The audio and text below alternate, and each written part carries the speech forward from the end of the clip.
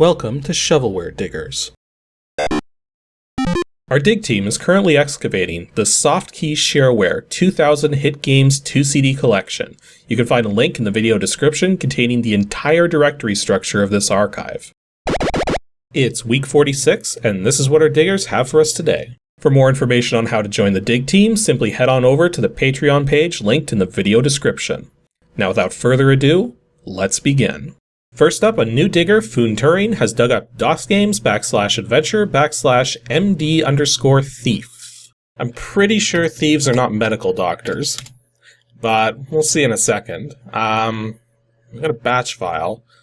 VOC file? Maybe there's sound effects? Very short readme, so let's quickly type that.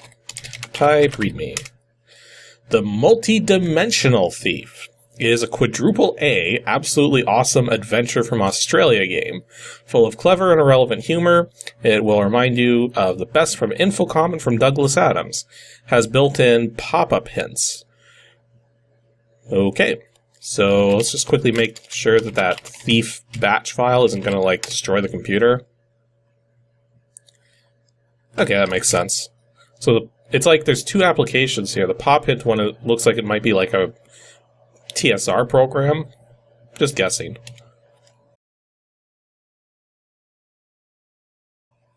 The Multi-Dimensional Thief. Created using the Adventure Game Toolkit. And it went forward without even me pressing anything. Here's the plot. You're a thief, an exceptionally good one. Naturally, you aspire to join the largest, most prestigious organized thieving bodies, the Multi-Dimensional Thieves Guild. How terrifying would that actually be, really, if there were, like, multi-dimensional thieves out there? Okay, so it will actually interpret useless words, because it's actually giving you examples of how the... Wow, that's a lot of examples. I don't think I need that many examples. Jesus, as if I never played text adventure before. Oh, and it's made by somebody called Joel Finch, from Australia. So we're in a small room with a low roof. The real distinguishing feature of this room lies in its exits. There are doorways to the south and east.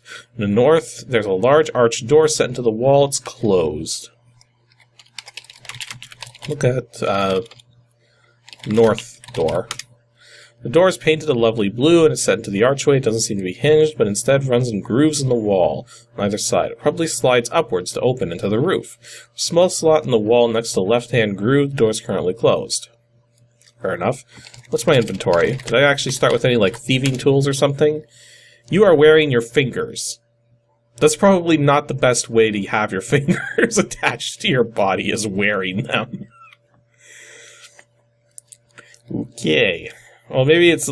Considering the fact that this was put together using an existing game engine, I'm willing to bet that this was the only way to make this work in a certain way or something.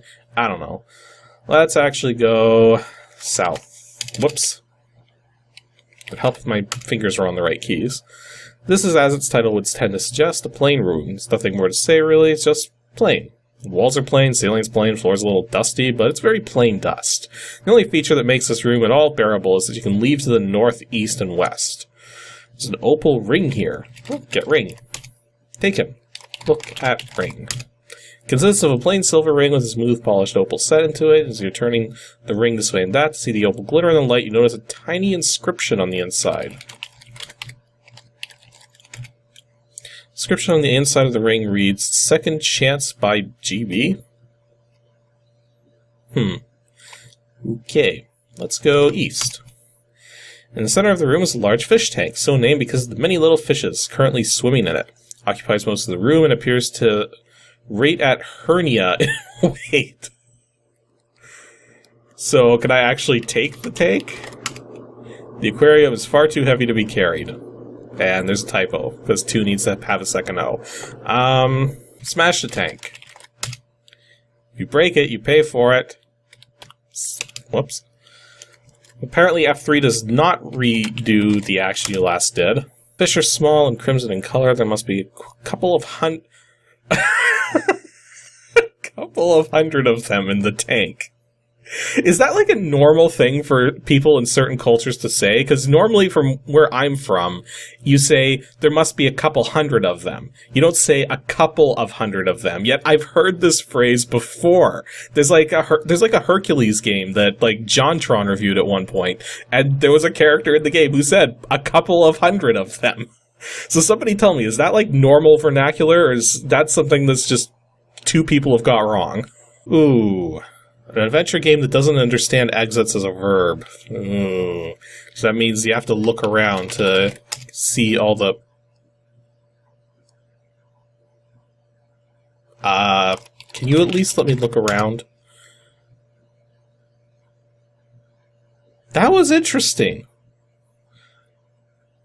Okay, so the game actually did interrupt me there. It wasn't like just something that, you know, it wasn't like the response to the look around command, because I typed in look around again, and it gave me the normal response telling me where the exits are. But the first time I typed it in, it actually told me something that it probably would have told me no matter what I typed in at that point. So that's actually kind of interesting, that the game was actually counting the number of attempts at commands I was typing in, and then decided to just throw something at me. Ooh, a painting. We're playing as a thief, so theoretically we should swipe the painting. So, yeah, swipe painting. Steal painting? Seriously, it's a thieving game and you don't understand swipe? Firmly attached to the wall. Detach painting. Or, how do you spell detach? I almost never use that word. Yeah, never mind. So yeah, this looks like a pretty simple text adventure, but at least it has some decent understanding of the different words you can type in. It's not perfect in terms of that, because if you type in exits, it doesn't tell you where the exits are. But I mean, other than that, like, I mean, I felt like I was making progress for what little I played of it. So yeah, seems legit. So if you guys are into text adventures, check this one out. Next up, Anton Panetta's dug up DOSGAMES /arcade /Beasley. Beasley, as it were. Let's see what we got here. 36 files, dir/w. So we got the exe, we got a bunch of VGA files. In fact, that's all we pretty much have, is a bunch of VGA files. That doesn't bode well. Thanks spelled with a Z. Well, let's just run it. Beasley. Do you have a VGA? Yes, I do. Created by Michael Sewell and Keith Boone. Comics presents, so that's the company name they're going under. Beasley's Death Trap. Well, that's a telling way to start the game. So we're starting this game off with a guy being hung on a noose. Okay. This game is designed to give you choices as to what your character will do and show the consequences of such. Okay. Choose a character. They're identical. Let's try 2. Good choice. Wow, what would have happened if I chose 1? You're in your bedroom reading Moby Dick when you hear a noise come from your closet. I'm gonna keep reading. You suck. What? I'm sorry, you suck at this game so bad. Oh, and he included a picture of himself for when the game quits. Okay, dropping to DOS for losing. Let's choose character 1. Good choice. Doesn't seem to matter who you choose.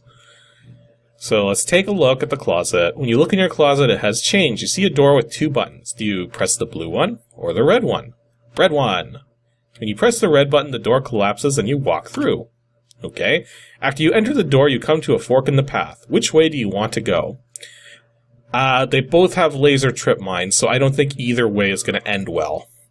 But you know what they say, good adventurers go left, so we'll go left. As you walk through the red beam, you hear something trigger. A sword flies towards your head, and you're slow and dumb. You catch it through the ear. Okay. So this game apparently hates people, from what I'm seeing so far. But let's go through, take a look, and press the blue button. As you push the blue button, a trapdoor swings open and you fall down it. And that's all for that. Apparently this guy's also known as the Masked Mallard. Okay, so going left, as good adventurers are supposed to do, doesn't work here. So, we'll take a look, press the red button, go right, you walk through the beam, you see a light at the end of the tunnel, you head for the end. When you reach the end of the tunnel, you come upon a woman that is offering you a piece of cheese. Do you want to, 1, take cheese, or 2, kick her in the head? What the... Okay. You know, the funny thing is, I think, just judging from the way this looks, I think taking the cheese is the wrong answer. Let's try it. As you reach for the cheese, you get a big surprise. That's a really freakishly detailed hand there. 5,000 volts! Joy Buzz cheese! You should have known. Cheese that electrocutes people? So then how was the woman holding it? Okay. We're not done yet. This is going pretty fast, so let's keep trying here. Let's choose our character. Take a look. Red button. Go through. Right door. Go through. Kick her in the head. With a swift jump and a mighty boot to the head. Oh my... Her head flies off. Whoa. Hits a button and her chair flips back, revealing a secret panel in the floor. You jump down the secret panel. You come to a spot where there is 2 crawl spaces. Which one do you take? Well, apparently good adventurers don't go left in this game, so we'll go right. You crawl through space number 2. When you enter the adjacent room, you notice 2 pills on the table. Which do you take? The blue pill or the red pill? We'll take the blue pill. You feel funny. You commit suicide shortly afterwards. What is with this game? I just quit back to DOS. Interestingly, if I hit escape on the choose 1 or 2 for the character, it just actually says good choice no matter what. What happens if I say no to a VGA monitor? Sorry you have to have one to play this game. Apparently the game isn't sarcastic enough to make fun of us not having a VGA monitor. Okay, let's see if we can survive this. Take a look. Red button. Go through. Right door. Go through. Kick her in the head. Go down. Right passage. Red pill. Take the red pill. You feel different, more secure, all-knowing. Must be male hormone. You have made it through Beasley's death trap and are now roided up to the nth degree. Wow. Congratulations.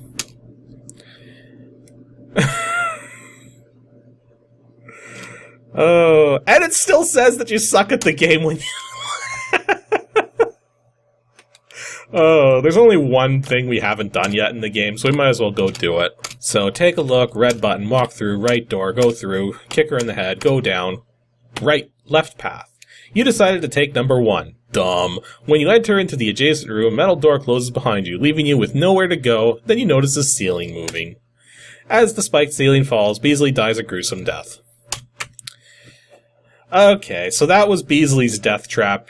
I've actually shown you guys 100% of the game. There's nothing left to show you at this point, so... I'm guessing this was freeware, just judging from how this went, and the fact that the guy didn't say anything about ordering it or anything, so... I guess for a quick freeware title, it's funny for a laugh, but seriously, you're through this thing in under 10 minutes, and then you never touch it again. So, make of that what you will. And we're ending things off with a team dig today. Jarmo Ranta and Matthew Belsham have dug up DOSGAMES /Arcade2 /ICYMETAL. I'm gonna get some kind of game that has to do with ice and metal. Well, that's not gonna help me much. ICYMETAL. ICYMETAL by Bob Mandel. I think I've actually played this before looking at this, although I don't remember what it was. This exciting software consists of 3 different action games. Each involves mouse movement of a metal ball, metal donut, and or metal funnel. 256 color VGA graphics need a fast CPU. The game relies on quick reflexes, but the underlying goal is to create sensory pleasure through a cold metallic aura. Okay, that might be getting a little too personal there. Exit any game by pressing escape. The high score screen highlights successes. So, I am me. We will have some sound effects because the past 2 games didn't. And we'll play game number 1. Game is deceptively simply try to drop the ball into the funnel as many times as you can while avoiding the donut, which will swallow the ball. Time limit on the play, and the donut is magnetic, speedy, and a bit erratic. Mouse moves the funnel. Okay. I think I need to turn the cycles down. Yeah, I think that's about right.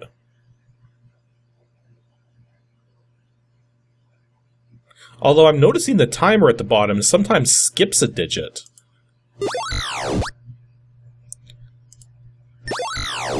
So yeah, basically you're just trying to time it so that the ball goes through the funnel while missing the... You could theoretically just spam the mouse button. Oh, that happened.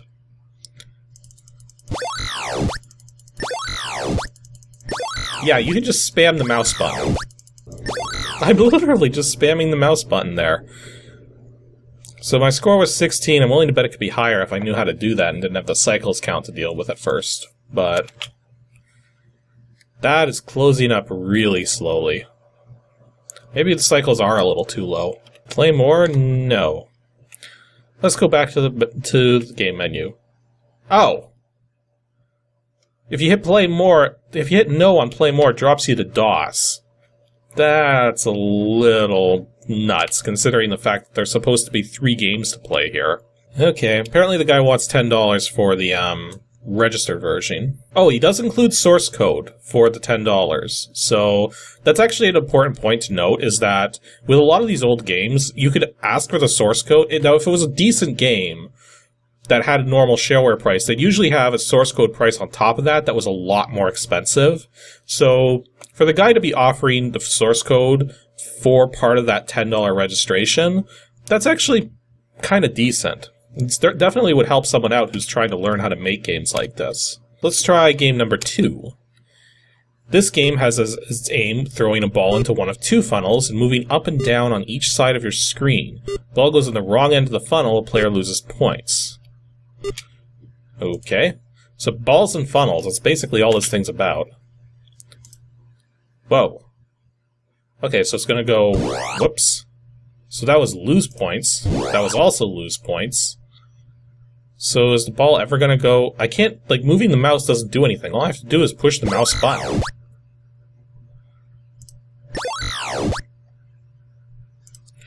And it doesn't seem like the other side of the screen matters, really. Because the ball's just constantly moving that way. And once again, just spam the mouse button. I think I'm gonna go try game number 3 from the game menu, because I think you can... I'll write this. Okay, if I hit yes to play more, it brings me back to this screen. So, game number 3.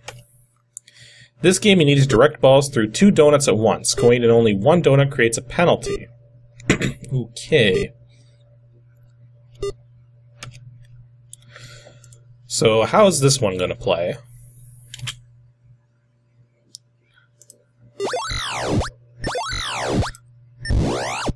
So you have to basically time it so that it goes through both donuts.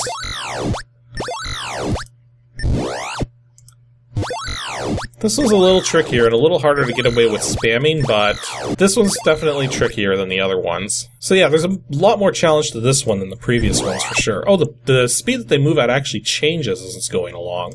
Okay, so I don't think a score of -7 is going to cut it. Oh well. So that was ICYMETAL. Very basic thing. Not really too much to it. Like, I mean, you get 3 games, but 2 of them you win easily enough just by spamming the mouse button. The third one was a lot trickier. It's ultimately really basic stuff, but, you know, the author was offering the source code with the registration fee, so I guess for $10, you're basically getting something to work with if you wanted to make some, like, improve upon the game or learn tricks for making your own stuff. So, back then, that probably would have been decent just for the source code alone. But as a game, I don't think it's worth $10.